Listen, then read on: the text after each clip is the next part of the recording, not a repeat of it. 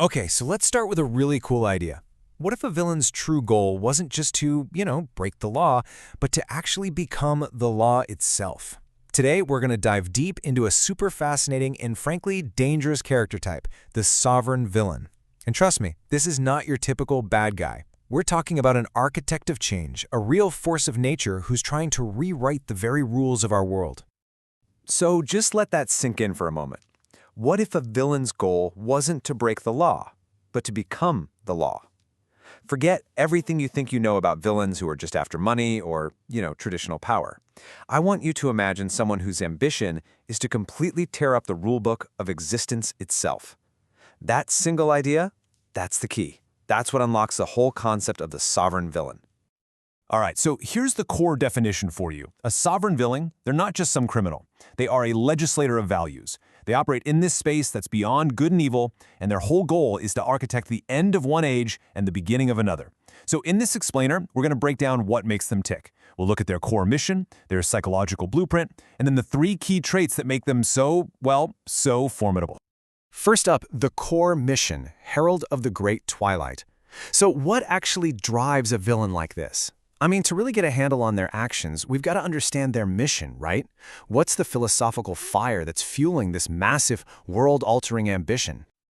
Well, it all kicks off with this really deep contempt for the modern world. They don't just dislike society, they see it as a fortress of death, like a literal tomb of rotting values. And the people living in it, they call them inverse cripples.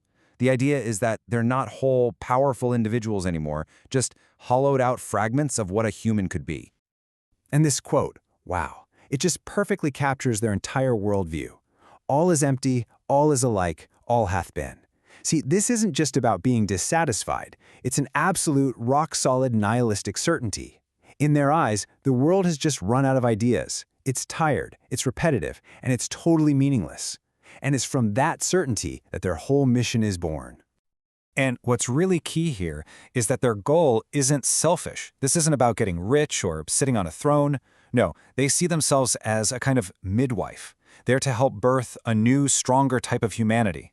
Their whole plan is to accelerate what they call society's long twilight, to force everyone to finally confront this nihilistic bankruptcy.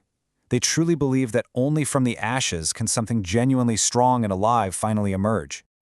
All right, next section, the blueprint, the soothsayer and the tarantula. So let's get inside the mind of this architect, right? How does this crazy mission shape their psychology? Because this villain isn't just some brute.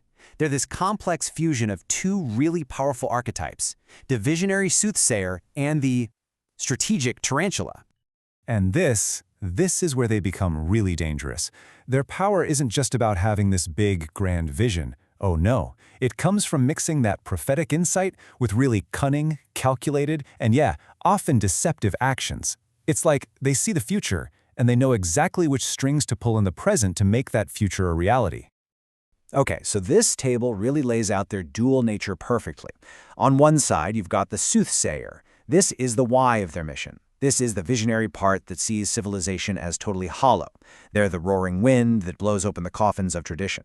But then on the other side, you've got the tarantula. This is the how. This is the master strategist who weaponizes ideas like equality, turning it into a social poison. They're the spider weaving a web of unrest to speed up the whole collapse. So you see, they're both the prophet and the saboteur, all rolled into one. All right, section 3, the 3 pillars of sovereignty. So, what kind of person actually emerges from this mix of grand vision and sneaky tactics? Well, what you get is a unique character that's defined by 3 totally unmistakable traits. We're calling them the pillars of their sovereignty. And these 3 traits, they're not random. They're the logical result of their entire worldview. So, what are they? First, self-law-giving. Second, amoral creativity. And third, something called the laughter of the heights. Let's break down exactly what each of those means.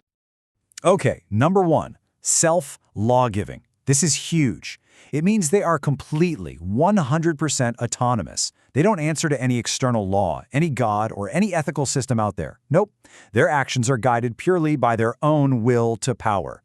In effect, they become their very own legislator. Next up, number 2, amoral creativity.